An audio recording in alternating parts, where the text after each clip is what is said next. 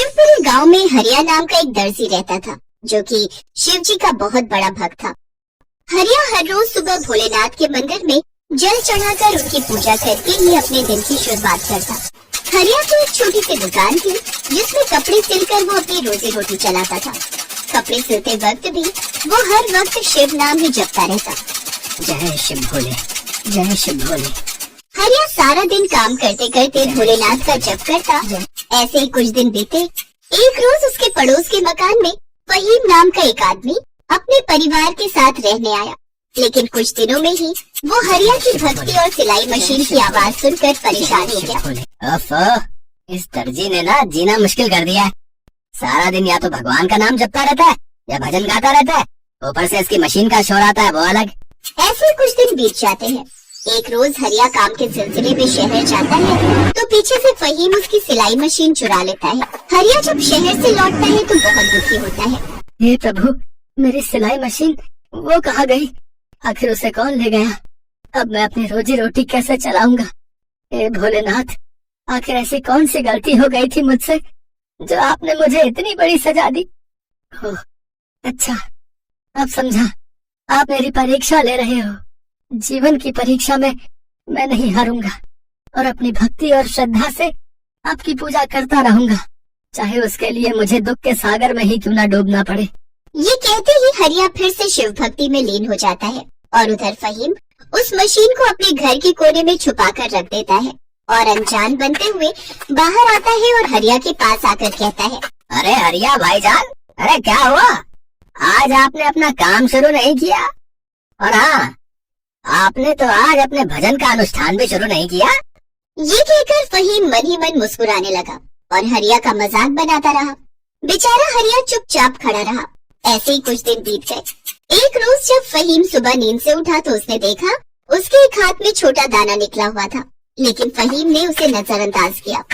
लेकिन अब हर रोज उसके हाथों में दाने निकलते गए, जिसमें उन्हें दर्द भी होने लगा। वो जल्दी से डॉक्टर के पास गया। डॉक्टर साहब, ये देखिए मेरे हाथ में क्या हो रहा है। अरे ये क्या हुआ और कब से हुआ? न जाने डॉक्टर साहब, मैं एक दिन सुबह उठा तो एक छोटा सा दाना हुआ था, लेकिन धीरे धीरे दिन पर दिन ये बढ़ते चले गए। अब देखो कैसे पूरे हाथों में छाले से पड़ गए हैं। अच्छा दिखाओ मुझे। डॉक्टर ने फहीम के हाथ को चेक किया, फिर उसे कुछ दवाइयाँ और लोशन देकर घर भेज दिया। लेकिन कुछ दिन लगाने के बाद भी उसके हाथ के छाले ठीक नहीं हुए, बल्कि वो और भी ज्यादा बढ़ते जा रहे थे।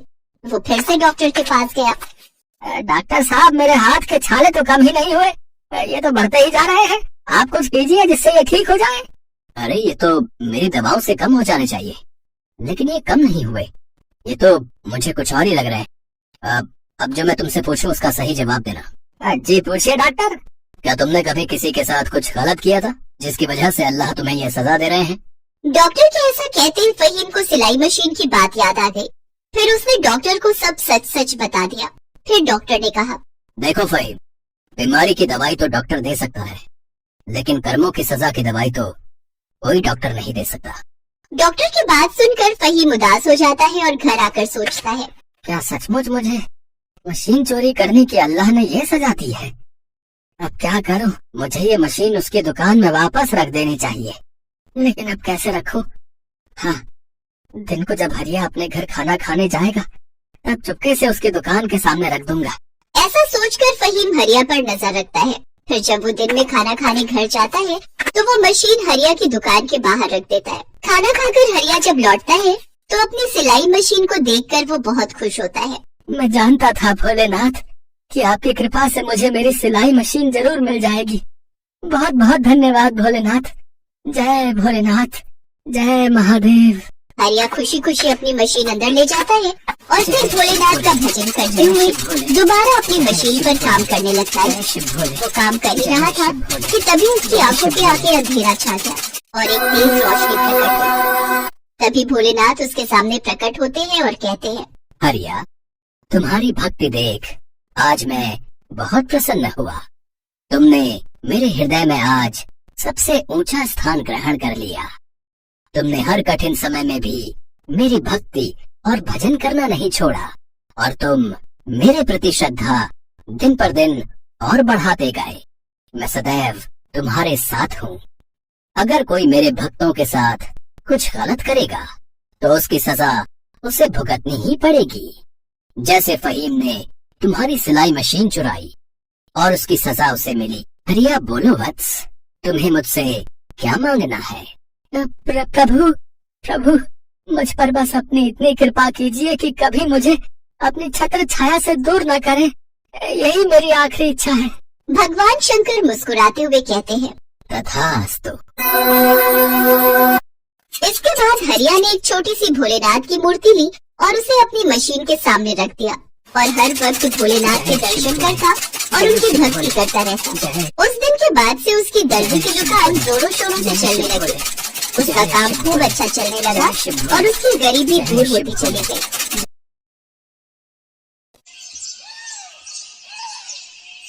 शांति का पति मोहन एक गरीब मजदूर था। शांति भी घरों में बर्तन सफाई का काम करती थी। दोनों की थोड़ी बहुत कमाई से घर चलता था। मोहन और शांति दोनों की शिवजी में बहुत आस्था थी। हमेशा ही उन दोनों के मुख पर शिवजी का नाम रहता था। सुबह पूजा पाठ करके और जो रूखी सूखी बनाते वो अपने बच्चों के साथ मिल बांट कर खाते। कुछ समय से मोहन की तबीयत ठीक नहीं चल रही थी। वो मजदूरी पर तो जाता पर काम के दौरान जल्दी ही थक जाता था और उसकी सांस फूलने लगती थी। कितनी बार कहा है डॉक्टर के पास दिखाने चलते हैं, तुम्हारी सांस रोजाना ही फूल जाती है। अच्छा ठीक है, मैं तेरे साथ डॉक्टर के पास जरूर चलूंगा। एक दिन की छुट्टी मांग लूंगा मालिक से। वो तो उन्हें बताना पड़ेगा ना। अगर बिना कहे छुट्टी ली तो मालिक बहुत नाराज होते हैं। जब तक मैं डॉक्टर के पास नहीं जाऊंगा तब तक तू मानेगी नहीं। और मेरी चिंता मत किया कर, जब तक भगवान शिव हमारे साथ है मैं कोई संकट नहीं आएगा। मोहन और उसकी पत्नी मिलकर भगवान शिव की आरती और पूजन करते हैं। अगले दिन मोहन शांति के कहने पर मालिक से छुट्टी बोलता है। मालिक, वो बहुत दिनों से तबीयत ठीक नहीं चल रही, सांस बहुत फूलने लगा है। डॉक्टर को दिखाने जाना था। कल की छुट्टी दे देते तो मैं डॉक्टर को दिखा आता। अरे ठंड में सांस फूल जाती है, इसके लिए क्या डॉक्टर के पास जाना भाई है? कोई जरूरत नहीं है डॉक्टर के पास जाने की। और यहाँ पर बहुत काम है, इसलिए मैं कोई छुट्टी नहीं दूंगा। अगर फिर भी तू नहीं माना तो हमेशा के लिए छुट्टी कर दूंगा। चल जा अभी जाकर काम कर। परसों तक ऊपर की बिल्डिंग तैयार करनी है और सभी मजदूर मेहनत कर रहे हैं, तो भी मेहनत कर, तभी शाम तक पैसे मिलेंगे। मोहन का मालिक उसे छुट्टी नहीं देता, इस कारण मोहन डॉक्टर के पास नहीं जा पाता और इसी वजह से उसकी तबीयत बहुत बिगड़ने लगती है। एक दिन अचानक काम पर मोहन की तबीयत बिगड़ गई और वो बेहोश हो गया। अरे उठाओ उसे और अस्पताल लेकर जाओ। अब बीमार लोगों को काम पर रखूंगा ही नहीं। कुछ मजदूर मोहन को नजदीकी अस्पताल में लेकर जाते हैं। इतनी देर में शांति को भी घर पर खबर पहुंच गई। शांति दौड़ी दौड़ी अस्पताल पहुंची। मालिक रिसेप्शन पर बात कर रहा था। क्या 5 लाख रुपए का खर्चा? मेरे पास इतने पैसे नहीं है। इसके घर वालों को बोलो, मैंने इतना ठेका थोड़ी लिया हुआ है। एक एक मजदूर का अगर मैं इलाज करवाता रहा तो फिर तो मैं खुद बीमार पड़ जाऊंगा। मुझे माफ करो, मैं जा रहा हूँ। 2-4 हजार की बात होती तो मैं दे देता, पर अब नहीं, इतने मैं नहीं दे सकता। नहीं, ऐसा मत कहो मालिक, मेरे पति की जान बचा लो मालिक। मुझे पैसे दे दो ताकि मैं अपने पति का इलाज करवा सकूं। डॉक्टर ने कहा उनके दिल का ऑपरेशन होना बहुत जरूरी है। मेरे पास पैसे नहीं है, मेरा दिमाग मत खराब करो, मैं काम छोड़कर आया हूँ। मोहन का मालिक वहाँ से चला जाता है। उस गरीब की कोई सहायता नहीं करता। शांति बहुत रोती है। उसके पास पैसों का इंतजाम करने के लिए कोई जरिया नहीं था। उसे इतने पैसे कोई नहीं दे रहा था। जहाँ वो काम करती थी वहाँ भी सबने इतने पैसों की मदद देने के लिए मना कर दिया। शांति रोती हुई भगवान शिव के मंदिर जाती है। हे शिव शंकर, मैंने और मेरे पति ने हमेशा आपकी पूजा की है।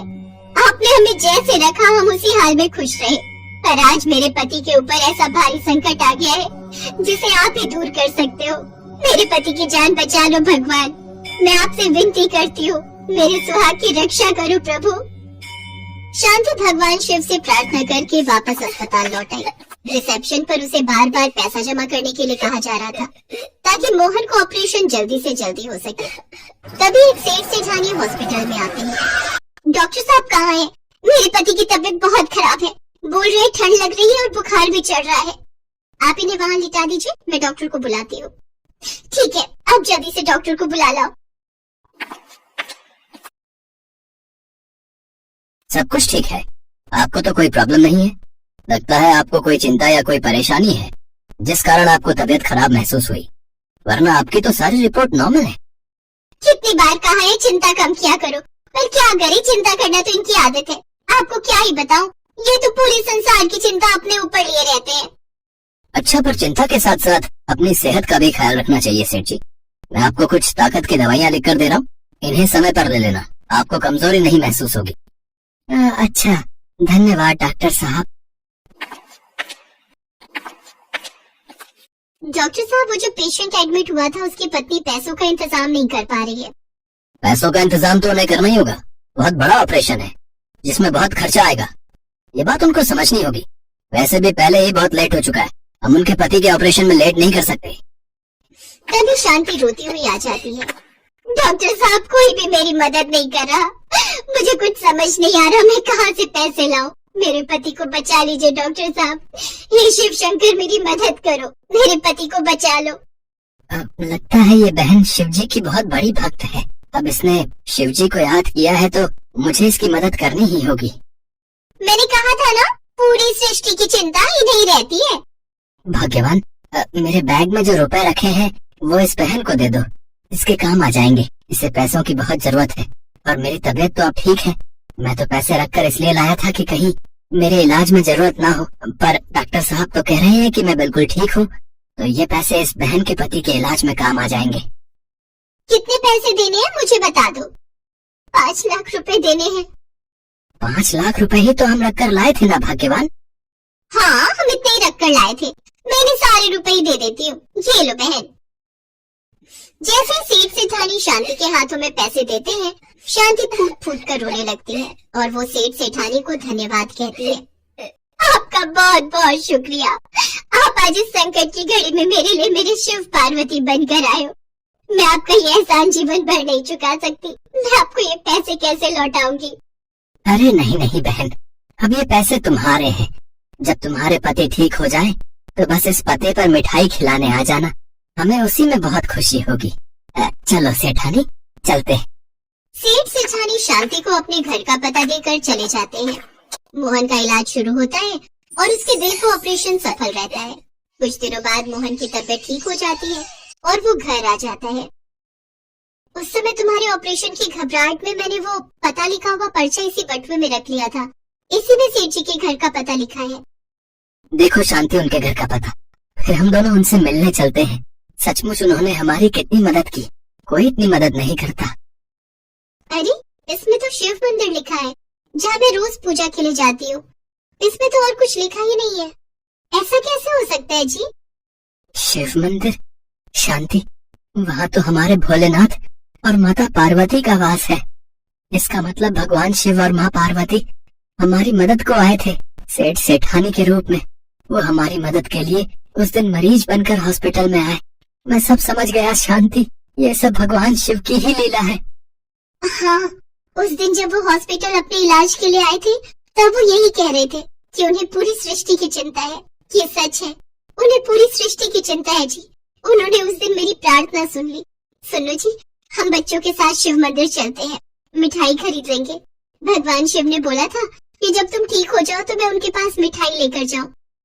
मोहन और शांति की आंखें आंसुओं से भर आती हैं। वो भगवान शिव के मंदिर जाते हैं और अपने जीवन में आई खुशियों के लिए भगवान शिव और माता पार्वती को धन्यवाद कहते हैं।